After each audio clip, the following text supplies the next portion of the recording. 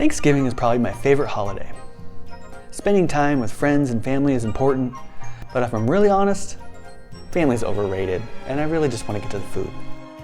I've always enjoyed the morning of, the preparation, the smells, and of course sitting down to a delicious, plentiful meal. I can't be certain, but I almost feel like the anticipation of the meal to come is perhaps the best part. I try to prepare whatever I can the day before and starting appetizers as soon as I can. So we'll start the night before where I perform some bowel surgery. Get it? Get it? Oh, never mind. I edited this video to make it look easy, and it can be easy, but truth is, this can be difficult if you don't properly thaw and dry your turkey. There's nothing more challenging than trying to cut through a partially frozen turkey, and if it's wet, it just makes it that much more difficult to handle.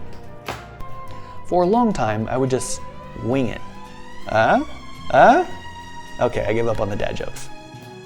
But improvising as you go can result in a lot of unnecessary stress.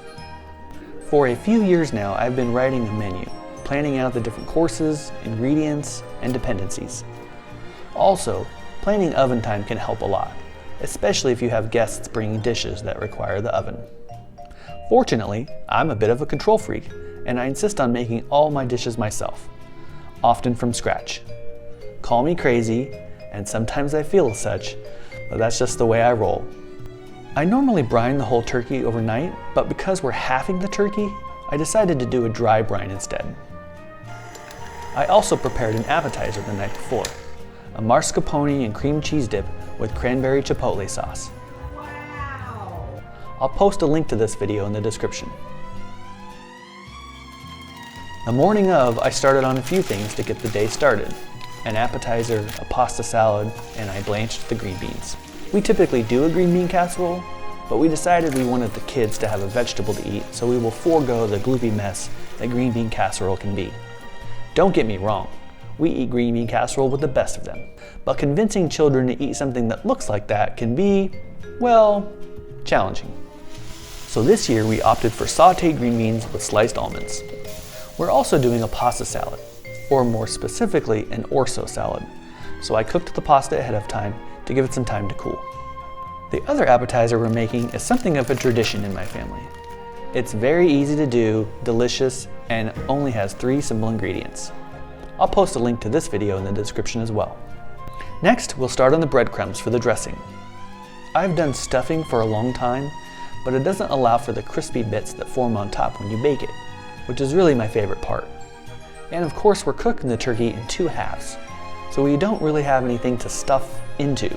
I picked up some day-old bread from the local bakery, and I'm cubing it, and then I'll dry it out further in the oven. While friends and family are enjoying appetizers, I'll get started on the rub for the turkey. I'm making 2 different rubs, one for each half. A more traditional rub for the oven-roasted portion, and a barbecue rub for the grilled half. This year we decided to infuse a bit of barbecue fare into our Thanksgiving, which called for splitting the turkey in 2 so we could retain some tradition with oven-roasted turkey and the usual suspects like dressing and potatoes with gravy. The other half is going on the grill, and we'll serve it with some ranch-style beans and pasta salad. One of the good things about the holidays is the constituents of your meal are very similar and can be interchangeable in between holidays. So whether you're making a Christmas dinner or Thanksgiving, they can overlap. I know, there's probably some of you purists out there that insist on turkey for Thanksgiving and ham for Christmas, but I subscribe to the notion that some flexibility and creativity can make for unique experiences.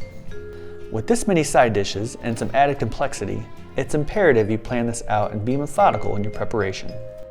I mean, if you're not a control freak like me, and you just want to wing it and enlist the help of your family and friends, go for it. Nobody's perfect. Let these rest for about 30 to 45 minutes to allow for flavor absorption and to come to room temperature.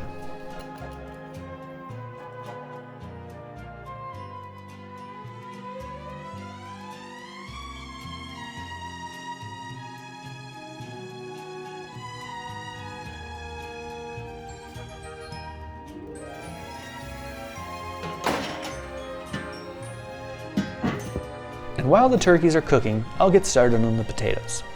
I've got both russet and Yukon Gold for added texture. a quick bath in some boiling water, and then off to the stand mixer for integration. We're also going to get started on the dressing.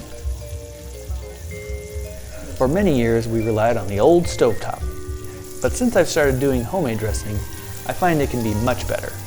Plus, it fuels my compulsion to make everything from scratch. My own special seasoning for added flavor, all those delicious breadcrumbs, and fresh herbs to boot. Get it into your favorite well-lubricated casserole dish,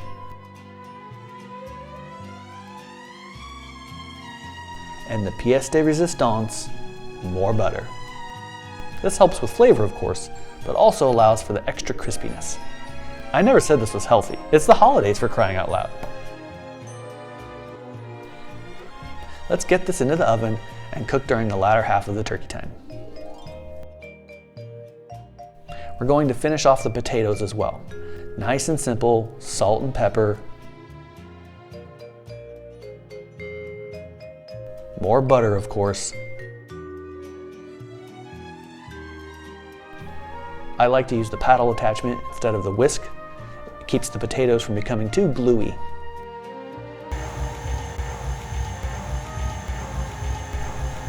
Milk and sour cream. I like to keep the skins on because I enjoy the texture it creates, but to each his or her or their own. And last but not least, those green beans we blanched earlier. Again, nice and simple, just some olive oil, salt and pepper. Give them a quick saute for about 2 to 3 minutes, or just until they start to brown. Now it's time to carve the turkeys and set the table.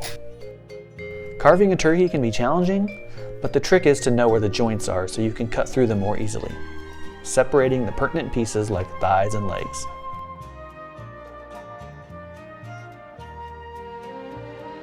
What a nice place setting. And just like that, dinner is ready. Thanks everyone for watching. Hope you have a happy holiday season, and we'll see you next time.